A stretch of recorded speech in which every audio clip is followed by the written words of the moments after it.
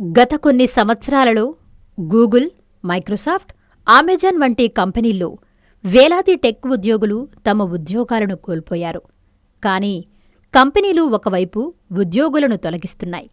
అదే సమయంలో ఇంజనీర్లు, ఏఐ నిపుణులు, డేటా ప్రొఫెషనల్స్ను ఇంకా నియమిస్తున్నాయి. అయితే టెక్ ఇండస్ట్రీలో నిజంగా ఏం జరుగుతోంది? ఇది తాత్కాలిక మందగమనమా, లేక ఐటీ ఉద్యోగ మార్కెట్ పూర్తిగా మారనుందా? 2026 ఐటీ లేఆఫ్స్ వెనుక ఉన్న అసలు కారణాలేంటి, మరియు అవి మీ కెరీర్పై ఎలా ప్రభావం చూపుతాయి అనే విషయాలను వివరంగా తెలుసుకుందాం. ఇప్పుడు జరుగుతున్న లేఆఫ్స్ను అర్థం చేసుకోవాలంటే కొన్ని సంవత్సరాలు వెనక్కి వెళ్ళాలి. పాండమిక్ సమయంలో టెక్ కంపెనీలు భారీగా పెరిగాయి.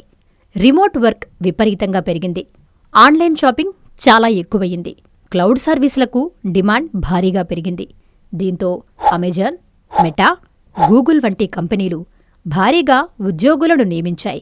చాలా సందర్భాల్లో కంపెనీలు అవసరమైన దానికంటే ఎక్కువ మందిని ఉద్యోగాల్లోకి తీసుకున్నాయి.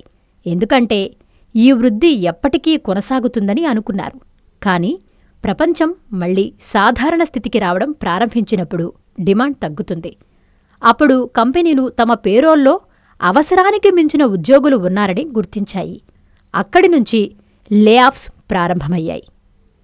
లేఆఫ్స్కు మరో ప్రధాన కారణం కాస్ట్ కంట్రోల్. టెక్ కంపెనీలు వృద్ధి సమయంలో చాలా వేగంగా విస్తరించాయి. కానీ రెవెన్యూ వృద్ధి తగ్గినప్పుడు ఇన్వెస్టర్లు ఎక్కువ ఎఫిషియన్సీ మరియు ప్రాఫిటబిలిటీ కోరడం ప్రారంభిస్తారు. ఉదాహరణకు, పాండమిక్ తరువాత కంపెనీలు దృష్టి పెట్టిన అంశాలు: ఆపరేటింగ్ కాస్ట్స్ తగ్గించడం, ప్రాఫిట్ మార్జిన్స్ పెంచడం, ఒకే విధమైన పనులు చేసే రోల్స్ను తగ్గించడం. అప్పుడు ఎగ్జిక్యూటివ్స్ కొన్ని కఠినమైన ప్రశ్నలు అడగడం ప్రారంభించారు. నిజంగా మనకు ఇంతమంది టీమ్స్ అవసరమా? కొన్ని డిపార్ట్మెంట్స్ ఒకే పని చేస్తున్నాయా? కొన్ని ప్రాసెస్ను ఆటోమేషన్ చెయ్యొచ్చా? ఫలితమేంటి? పెద్ద సంస్థలు తమ వర్క్ఫోర్స్ను రీస్ట్రక్చర్ చేయడం ప్రారంభించాయి.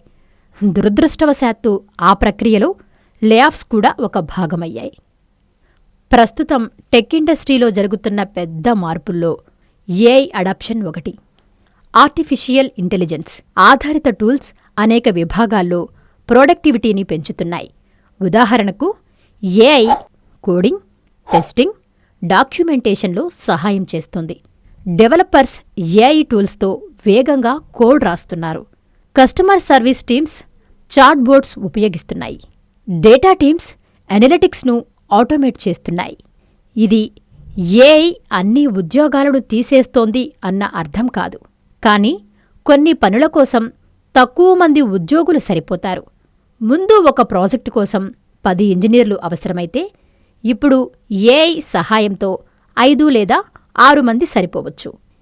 ఏఐ సామర్థ్యాలు పెరుగుతున్న కొద్దీ కంపెనీలు హై స్కిల్స్ రోల్స్ చుట్టూ తమ టీమ్స్ను మార్చుకుంటున్నాయి.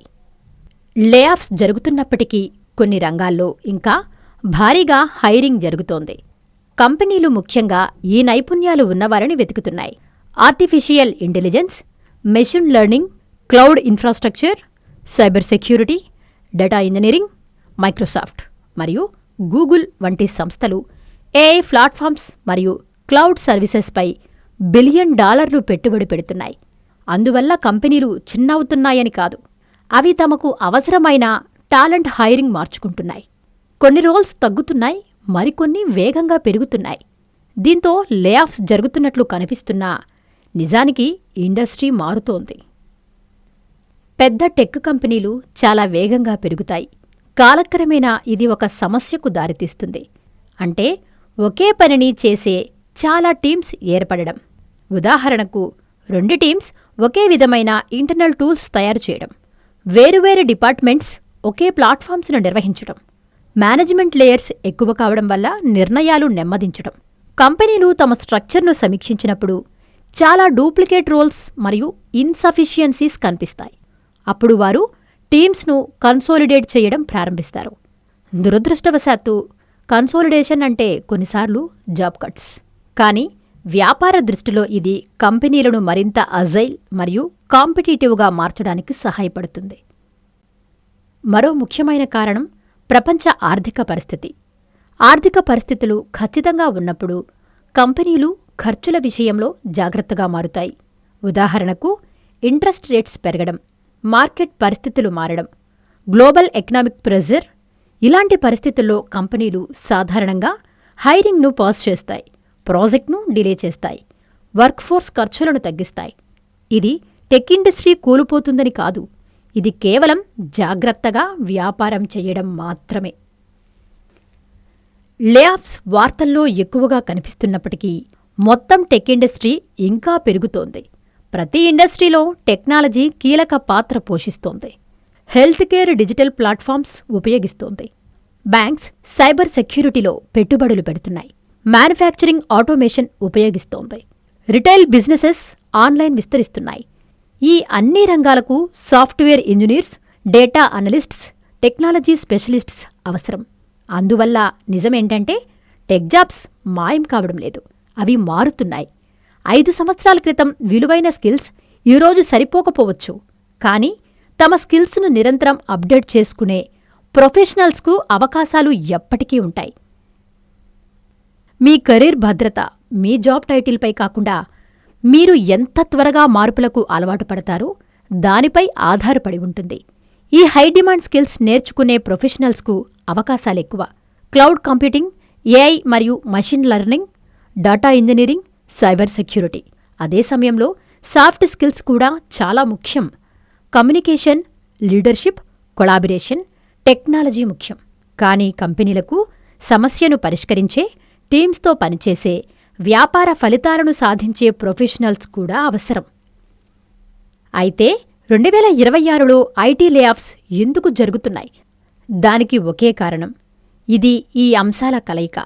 పాండమిక్ సమయంలో ఎక్కువ హైరింగ్, కాస్ట్ ఆప్టిమైజేషన్, ఏఐ వల్ల ప్రొడక్టివిటీ పెరగడం, స్కిల్స్ అవసరాలు పెరగడం, ఎకనామిక్ అన్సర్టనిటీ. టెక్ ఇండస్ట్రీ చిన్నవడం లేదు, ఇది ట్రాన్స్ఫార్మ్ అవుతోంది. ఆ మార్పుకు సరిపడే ప్రొఫెషనల్స్ మాత్రం ఎప్పటికీ ఎదుగుతూనే ఉంటారు. మీరు టెక్ రంగంలో ఉంటే ఇది learning, adapting, future ready skills నిర్మించుకునే సమయం. ఎందుకంటే టెక్నాలజీ ప్రపంచంలో మార్పు ఒకే స్థిరమైన విషయం.